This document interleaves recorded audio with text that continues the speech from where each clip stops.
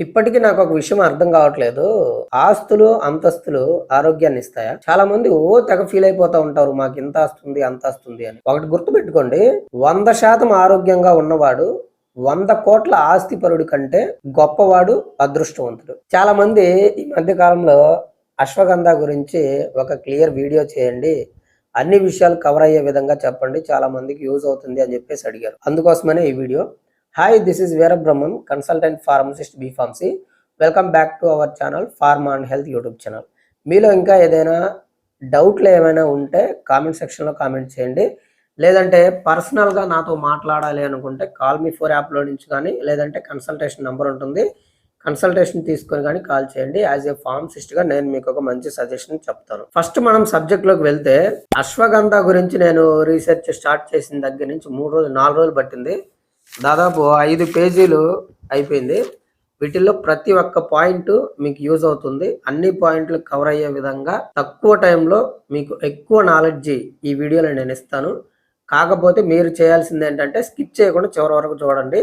దాంట్లో ముందుగా అశ్వగంధ గురించి మనం కొన్ని బేసిక్ పాయింట్లు తెలుసుకోవాలి. ఏంటి అంటే అశ్వగంధ అంటే ఏంటి, అది ఏ ఏ సమస్యలకు ఉపయోగపడుతుంది, అసలు ఆ సమస్యలకి అది ఎలా పని చేస్తుంది, దానిని ఎంత డోస్ తీసుకోవాలి, ఎన్ని రోజులు తీసుకోవాలి, దానివల్ల వచ్చే సైడ్ ఎఫెక్ట్స్ ఏంటి, దానిని ఎవరు వాడాలి, ఎవరు వాడకూడదు, అండ్ ఫైనల్గా దాని యొక్క సేఫ్టీ ప్రికాషన్స్ ఏంటి, ఇవన్నీ కూడా మనం తెలుసుకుంటే దాని మీద మనకు ఒక క్లారిటీ వచ్చింది. ఫస్ట్ అశ్వగంధ అంటే ఏంటి? ఇది ఒక ఆయుర్వేదిక్ ప్లాంట్ బేస్డ్ మెడిసిన్. దీనికి ఇంకా 2 పేర్లు ఉన్నాయండి, వితానియా Somnifera and ginseng, Indian ginseng. దీనికి FDA అప్రూవల్ లేదండి, కానీ దీనికి మన ఇండియాలోనే కాకుండా ఇతర దేశాల్లో కూడా డై హార్ట్ ఫ్యాన్స్ ఉన్నారు. సో అలాంటి వాళ్ళు దీనిని వాడే వాళ్ళు ఏమంటారో తెలుసా?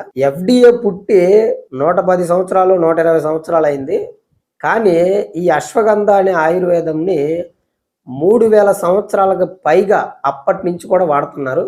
ఈ మధ్య కాలంలో వచ్చిన FDA ఆమోదం ఉంటే ఎంత, లేకపోతే ఎంత అని వీళ్ళల్లో కొంతమంది వాదన. ఇక్కడ మనం గర్వించదగ్గ విషయం ఏంటి అని అంటే, ఈ అశ్వగంధ అనేది మన ఇండియన్ ఆయుర్వేదం కావటం, దానికి కూడా బాగా ప్రాచుర్యం పొందటం, అండ్ అందరికీ అవైలబుల్ గా ఉండటం అనేది ఇండియన్స్ గా మన ఆయుర్వేదిక్ ని మనం గర్వించదగ్గ విషయం అనమాట. అసలు ఈ ఈ అశ్వగంధ అనేది ఏ సమస్యలకు ఉపయోగపడుతుంది అంటే, ముఖ్యంగా ఒకటి స్ట్రెస్ ని తగ్గించడానికి, యాంగ్జైటీని తగ్గించడానికి చాలా బాగా ఉపయోగపడుతుంది. 2 టెస్టోస్టిరాన్ హార్మోన్ లెవెల్స్ ని పెంచడానికి అండ్ స్పెర్మ్ కౌంట్ ని పెంచడానికి, స్పెర్మ్ మొటిలిటీని పెంచడానికి బాగా ఉపయోగపడుతుంది. మంచిగా నిద్ర పట్టడానికి ఉపయోగపడుతుంది. అండ్ మెంటల్ హెల్త్ ని ఇంప్రూవ్ చేయడానికి, గ్లూకోజ్ లెవెల్స్ ని రెడ్యూస్ చేయడానికి, ఇన్ఫ్లమేషన్ ని తగ్గించడానికి, బ్రెయిన్ ఫంక్షన్ ని, మెమొరీని పెంచడానికి, అండ్ కొంతమందిలో బ్యాక్ పెయిన్ ని తగ్గించడానికి కూడా, లోవర్ బ్యాక్ పెయిన్ అన్నమాట,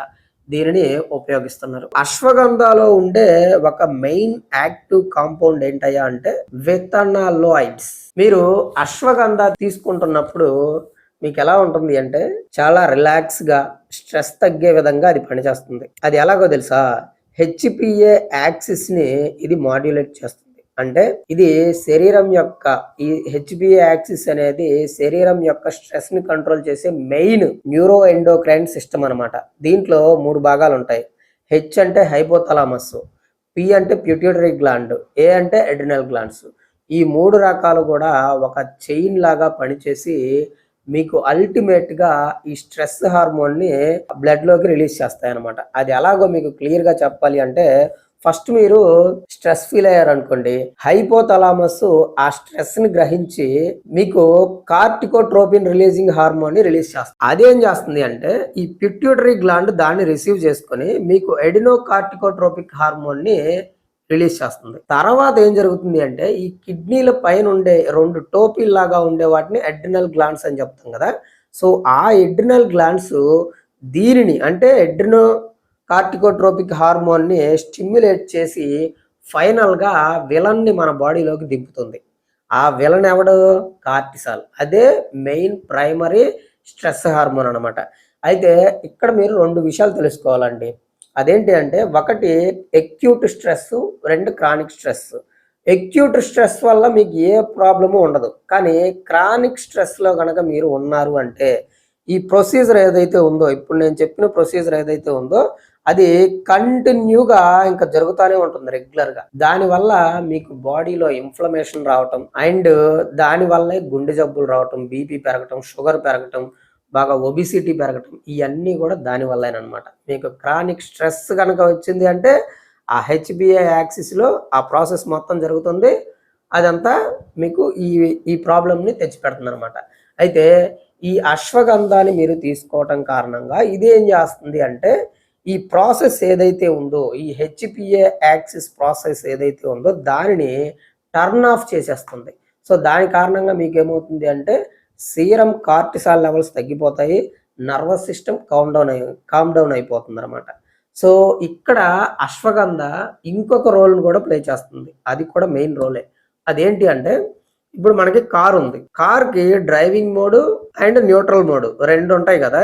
అలాగే మన బాడీ కూడా 2 మోడ్స్లో పనిచేస్తుంది.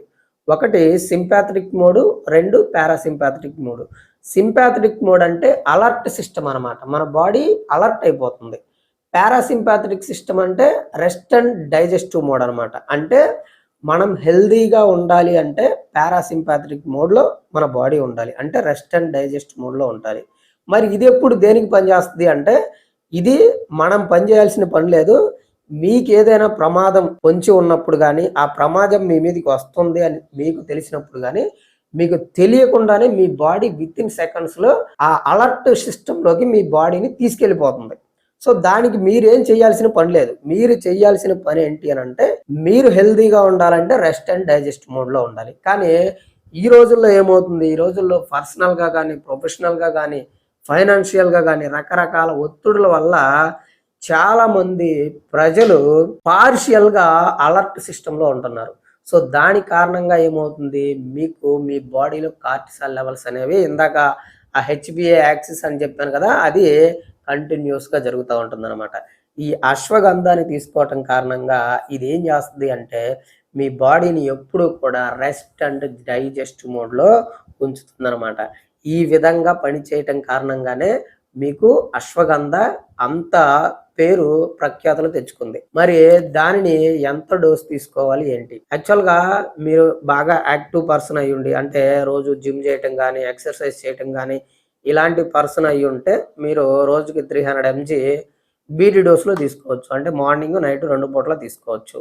అలా కాకుండా మీరు నార్మల్ పర్సన్, కామన్ పర్సన్ అయితే మీరు 100 mg తీసుకోవచ్చు. కానీ ఈ డోస్ అనేది ఎప్పుడు కూడా మీ రిక్వైర్మెంట్ని బట్టి, మీరు వాడేదాన్ని బట్టి, మీ హైటు, వెయిట్, మీ కండిషన్ బట్టి బేస్ అయి ఉంటుంది అనమాట. దాన్ని మాత్రం మీరు ఒకసారి చూసుకొని కానీ, లేదంటే మీ డాక్టర్ని కన్సల్ట్ అయ్యి కానీ తీసుకోండి. ఈ సప్లిమెంట్స్, ఈ అశ్వగంధ సప్లిమెంట్స్ ఏవైతే ఉన్నాయో అవి మనకి ట్యాబ్లెట్ల రూపంలో, క్యాప్సూల్స్ రూపంలో, లిక్విడ్ టించర్స్ రూపంలో అండ్ చూవబుల్ టాబ్లెట్స్ రూపంలో ఉన్నాయి. సో మీ కన్వీనియన్స్ని బట్టి మీకు ఏది కన్వీనియంట్గా ఉంటే అది తీసుకోండి. దానివల్ల వచ్చే సైడ్ ఎఫెక్ట్స్ ఏంటి? సైడ్ ఎఫెక్ట్స్ విషయానికి వస్తే నేను ఒక్కటే మీకు చెప్తాను.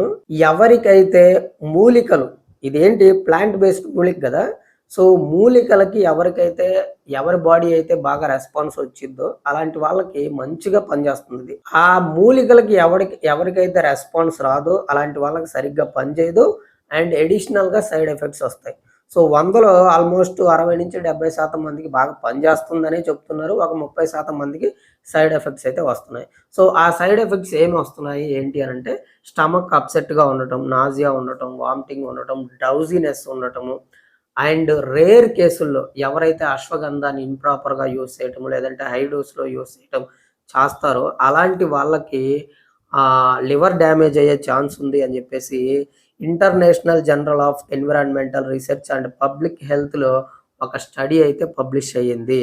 సో దాన్ని మాత్రం గుర్తుపెట్టుకోండి. మీరు ఇంప్రాపర్గా యూస్ చేయమాకండి, హై డోస్లో తీసుకోమాకండి మీకు రిక్వైర్మెంట్ లేకుండా. దీనిని ఎవరు వాడాలి, ఎవరు వాడకూడదు అంటే ఈ విషయాన్ని క్లియర్గా అందరూ తెలుసుకోవాలండి.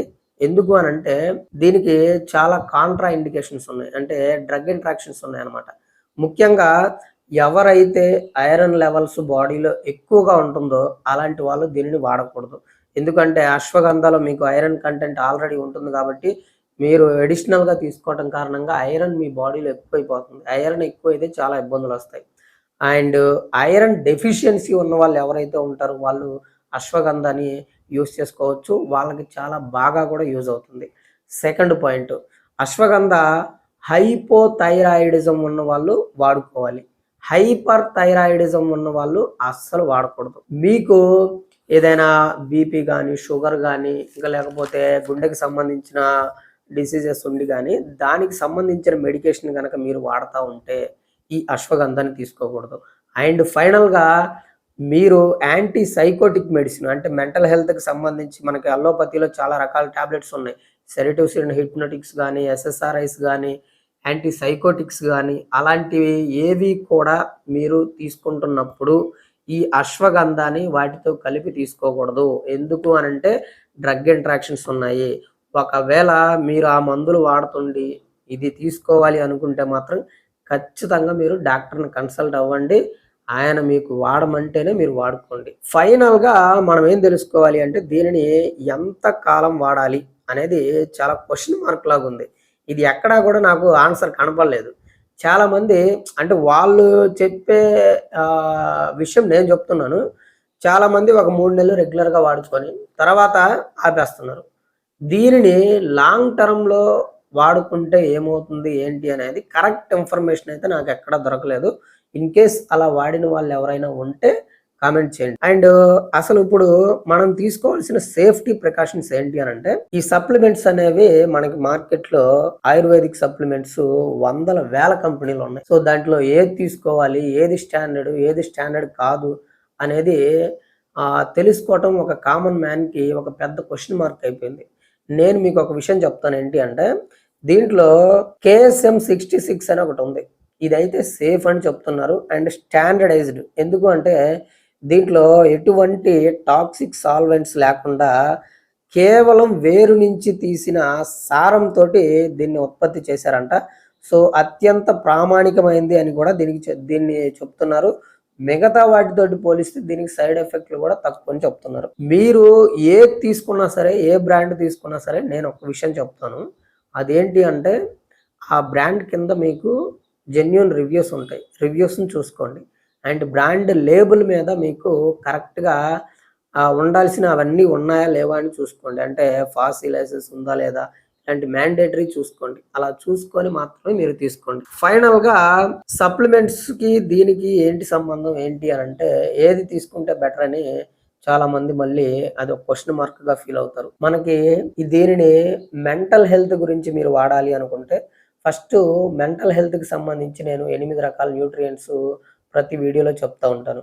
సో ఆ 8 రకాల న్యూట్రియంట్స్ మీరు పర్ఫెక్ట్గా ఆప్టిమల్ రేంజ్లో మెయింటైన్ చేసుకొని అప్పుడు కూడా మీకు మెంటల్ హెల్త్ అంటే యాంగ్జైటీ కానీ స్ట్రెస్ కానీ తగ్గకపోతే అలాంటి సిచ్యువేషన్లో ఈ ఆయుర్వేదిక్ సప్లిమెంట్ అయిన అశ్వగంధాన్ని తీసుకోవడం బెటర్ అని నా ఉద్దేశం. సో మీకు ఏది మంచి అనిపిస్తే అది చేయండి. సో అదండి, అన్ని విషయాలు నేను క్లియర్గా చెప్పాను. సో ఇంకా ఏదైనా డౌట్ ఉంటే కామెంట్ చేయండి. అంతవరకు సెలవు మరి. నమస్కారం. నేను మీ Veerabrahmam, consultant pharmacist, B pharmacy.